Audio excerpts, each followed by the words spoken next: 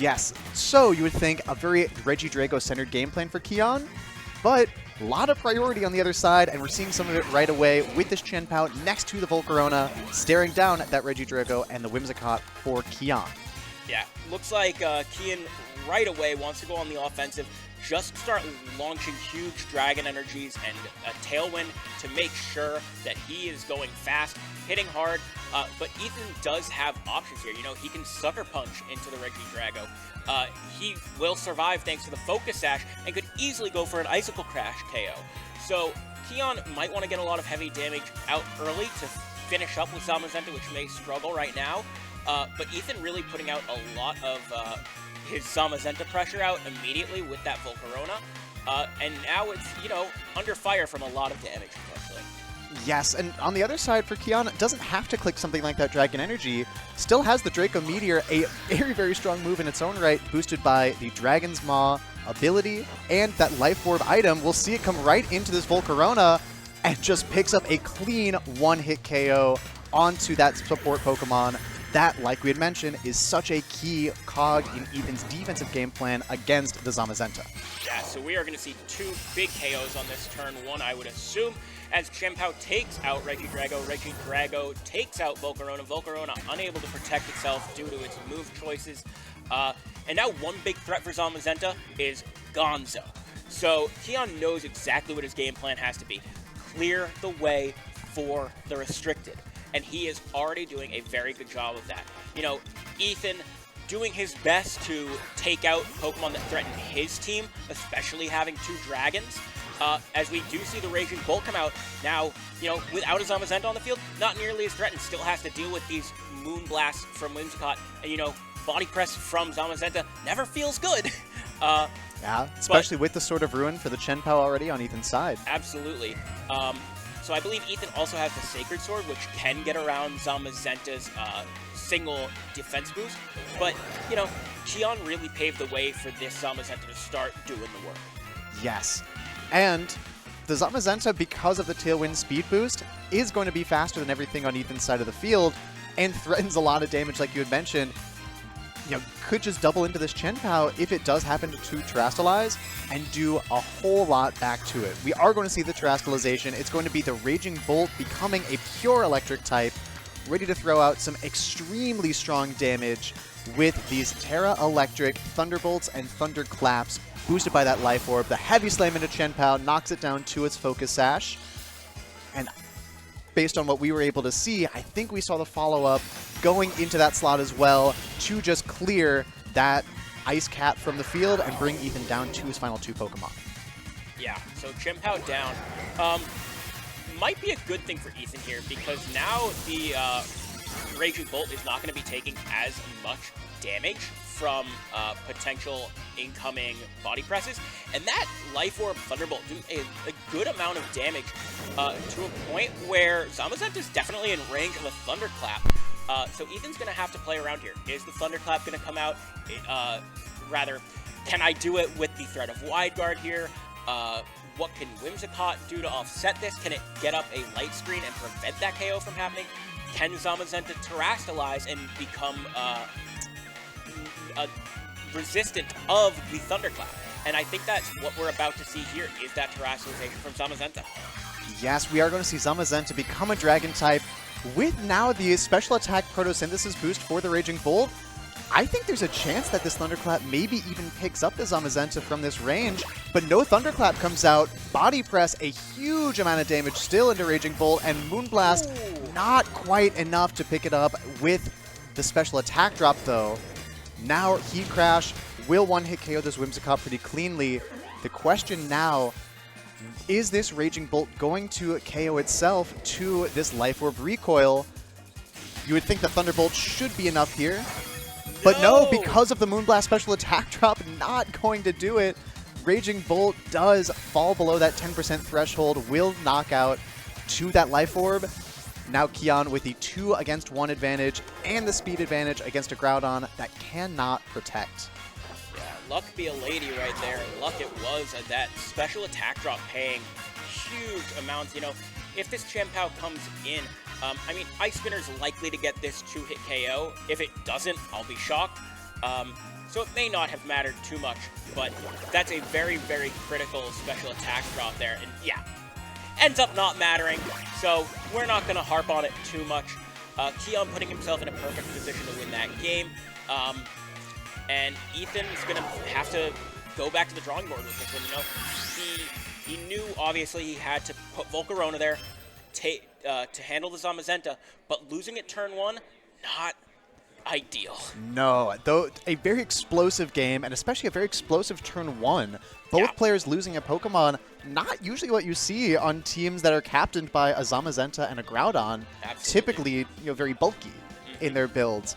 But both of these players knowing what they need to do. For Kian, like you had mentioned in the game, pave the way for Zamazenta, and that's exactly what happened. Was able just to body press, or sorry, heavy slam, body press in order to pick up those KOs. While Ethan just firing right back. If your opponent's going to step on the gas like that, the only thing you can do is try to pick up those KOs in turn. Icicle Crash the Regidrago, Heat Crash into the Whimsicott. Yep.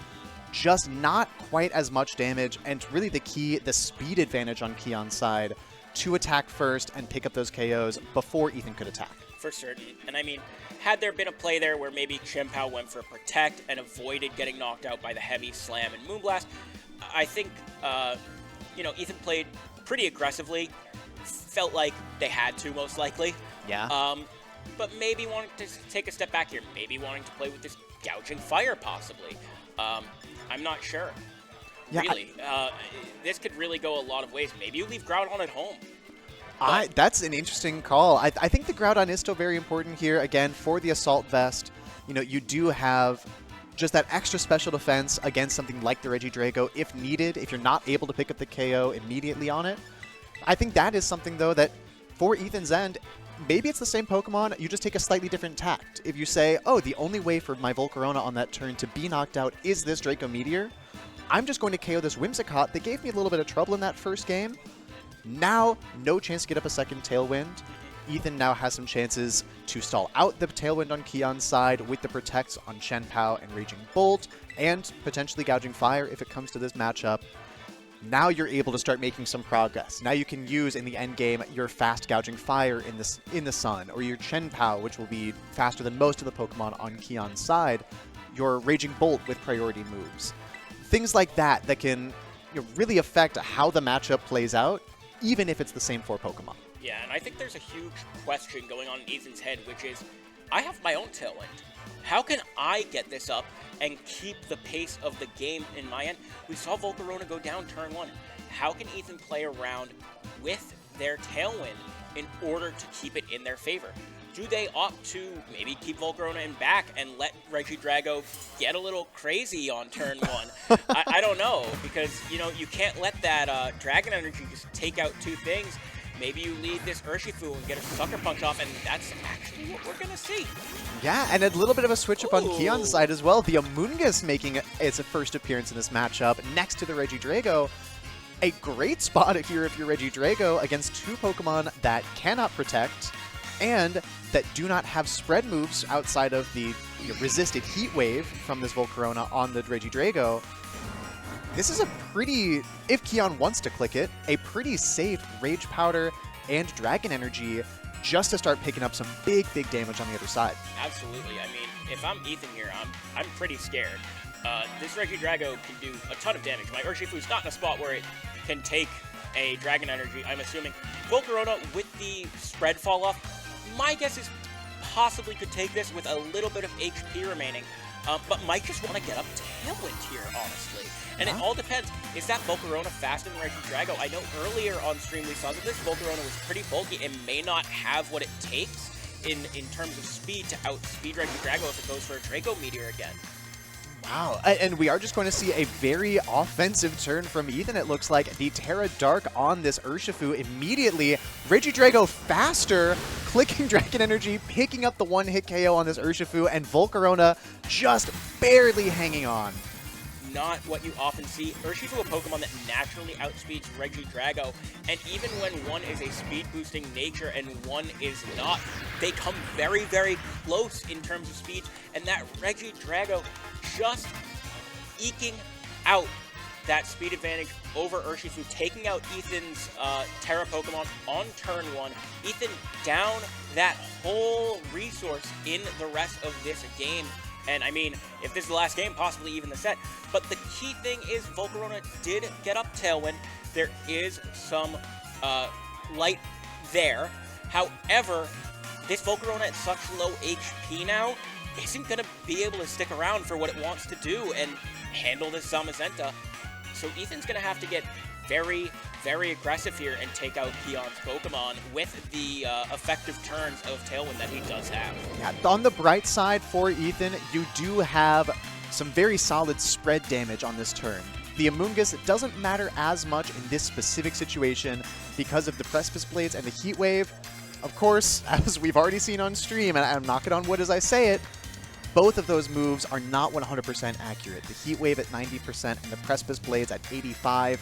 You are relying on how much your Pokemon maybe care for you and if they can hit their attacks.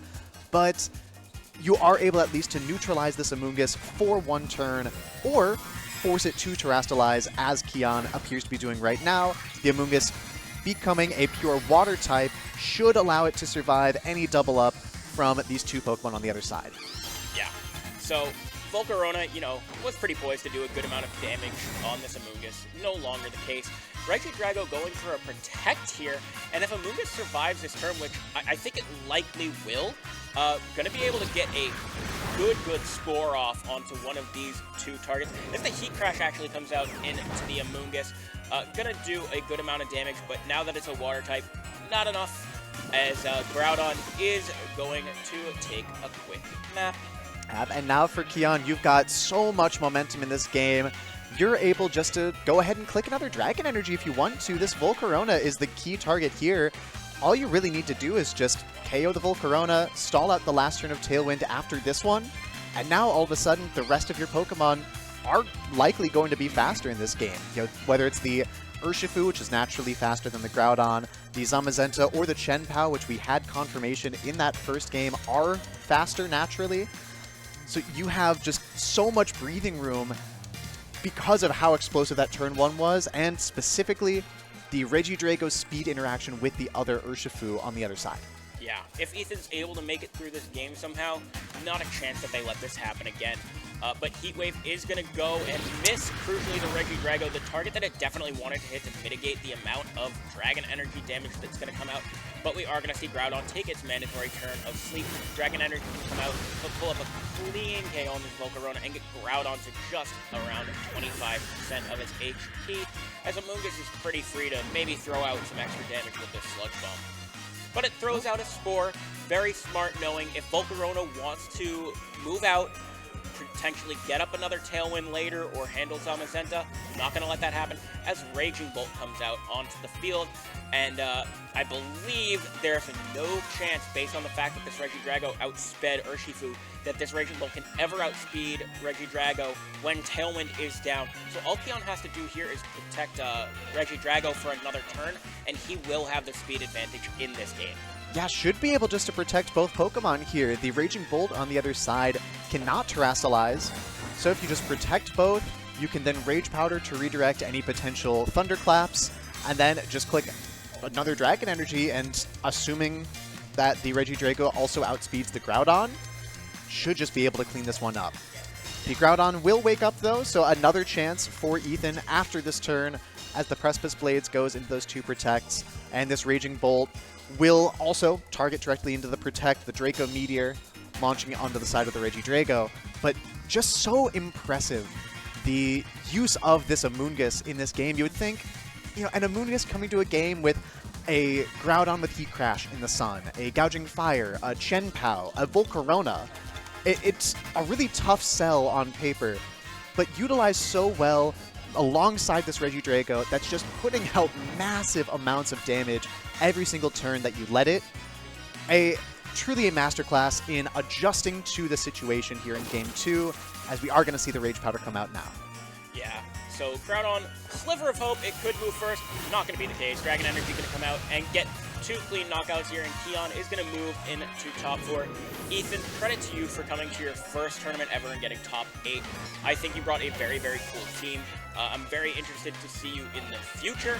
But Kian got the better of you this time, especially with that Terra Water Amoonguss just cleaning house on you. And that goes to show that not every old Pokemon like Groudon deserves to be left in the past. Amoonguss is here, and it is here to stay forever. Now, feels, again, a little tough to call Amoonguss an old Pokemon. It's a decade and a half old. I was going to say, yeah, Generation 5 was quite a while ago. Yeah, but just the strength of this Regidrago and the entire team on Kian's side really had to fight through some adversity in that first game, you know, getting the Terastallization on Zamazenta, surviving even after the special attack drop on the Raging Bolt, positioning yourself with those Tailwind turns just to put yourself into a position where Game 2, I'll just click Rage Powder and Dragon Energy, and I think I'll be okay. Yeah, I really want to give credit to Kian there for making it look pretty easy in that second game. Yeah. This is not an easy matchup for this team. You know, Volcarona does so much against the core of your team, recognizing that Regidrago can really do a lot in return and not fearing as much. Like, Ethan could have done more to handle that, but Kian recognizing that it probably wouldn't happen and just going all in on it, really capitalized on it and didn't let his guard down for a second, just kept the momentum, protected when he needed to, and kept throwing out the moves to get those huge KOs. Yeah, it showed exactly why he is the #1 seed here in Top Cut, because of plays like that. Yeah. Because of how well he's been able to do all day. And again, credit to Ethan. That first game was on the back foot immediately from losing Volcarona turn 1 and still made it very, very close, doing everything he could to get back into that contest. Had that been an Icicle Crash Chi-Yu or Chien-Pao, we might have had a Game 3. That's what I'm saying. There are all kinds of chances that you have, whether you're the Groudon player, to miss your moves or to hit them, or for you to dodge your opponent's moves. Yes. You know, all kinds of things. But a phenomenal matchup there. Pretty quick, should be able to get on to top 4 here pretty quickly at the Balance Patch League Challenge here in January. Stay tuned.